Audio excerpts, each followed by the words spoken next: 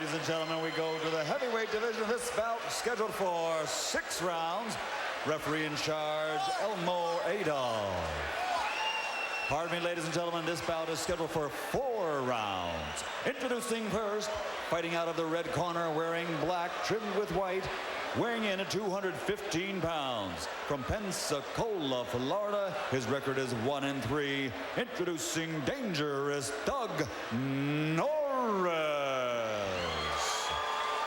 And his opponent across the ring, fighting out of the blue corner, wearing the stars and bars, and weighing in at 305 pounds, from Montgomery, Alabama. Undefeated with a record of 6-0, 4 KOs, introducing Eric Butterbean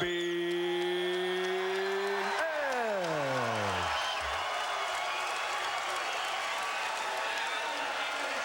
Earlier, I want you to have a good, hard, clean fight. Pay attention to my commands at all times. Back off, shake hands.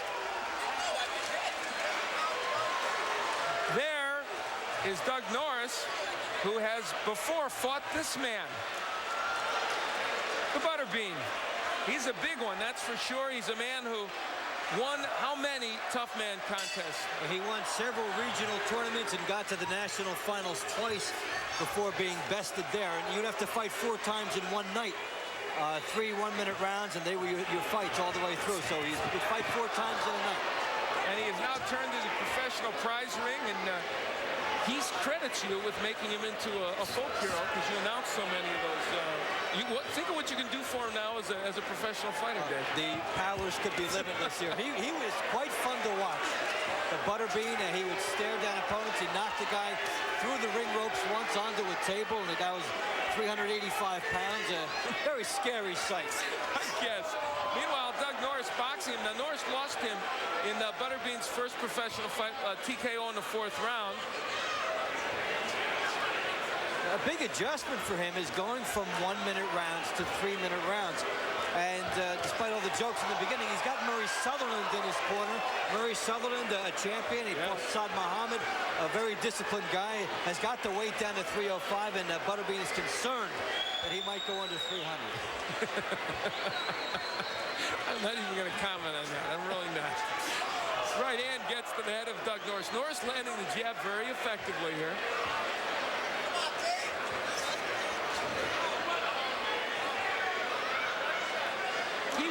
During those tough man competitions, he did become something of a folk hero to the folks that enjoyed that. He really became the symbol of it.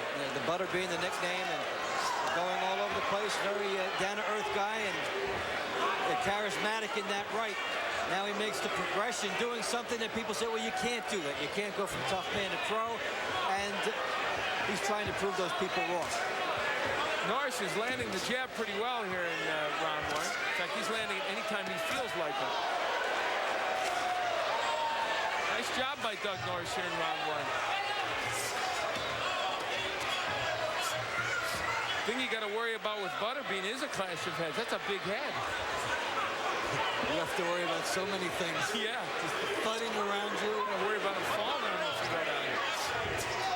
Oh, that time, Doug Norris got his head in the stomach of Butterbean, also very large.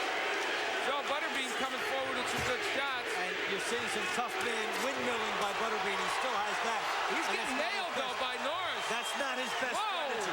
And I got to tell you, folks, I've done this show for 15 years. I've never been worried. I was worried. The Butterbean was right over us.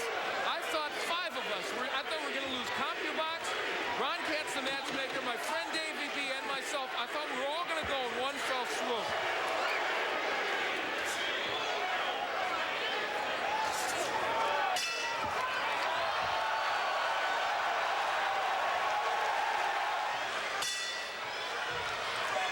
Well, as Butterbean was windmilling, watch the punches from the side.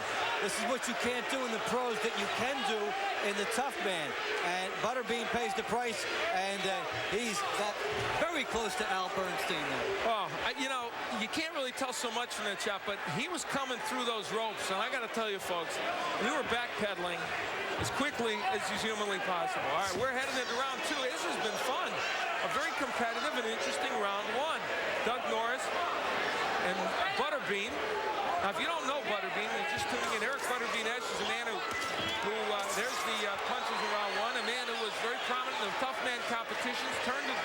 boxing. He's 6-0. And Doug Norris, who was only 1-3, but obviously looks like a fighter that's a little better than that record. He's been in with Butterbean before, losing to him a 4th-round TKO. And you see a reason why. He'll outbox him, but then he'll get popped. They clashed heads, and that's what hurt Doug Norris. I was joking, but that was the problem. Well, it's wild now, folks, and there goes Doug Norris. Well, he never should have slugged with him. He knows that now. It's over.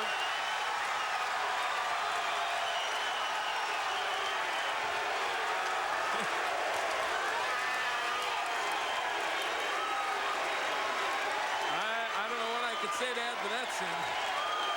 Butterbean's professional opponents have given him no more real challenge than his tough man opponents. He's been able to get instant thunder to forgive all the previous sins of the fight.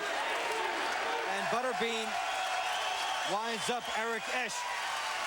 He doesn't even like his own name mentioned. He said, I don't even like to think of myself as Eric Esch. He's his right hand there. And he gets away with the windmilling during this fight. But that's what it'll have to change in subsequent bouts. And Doug Norris upset with himself. And I tell you, as we see this scene acted out, Doug Norris ended up losing a lot because he lost his poise in there. He was doing very well when he boxed. This is a young man that if he worked, I think really could become a better boxer. And there's some good sportsmanship. Let's go to Michael Buffer.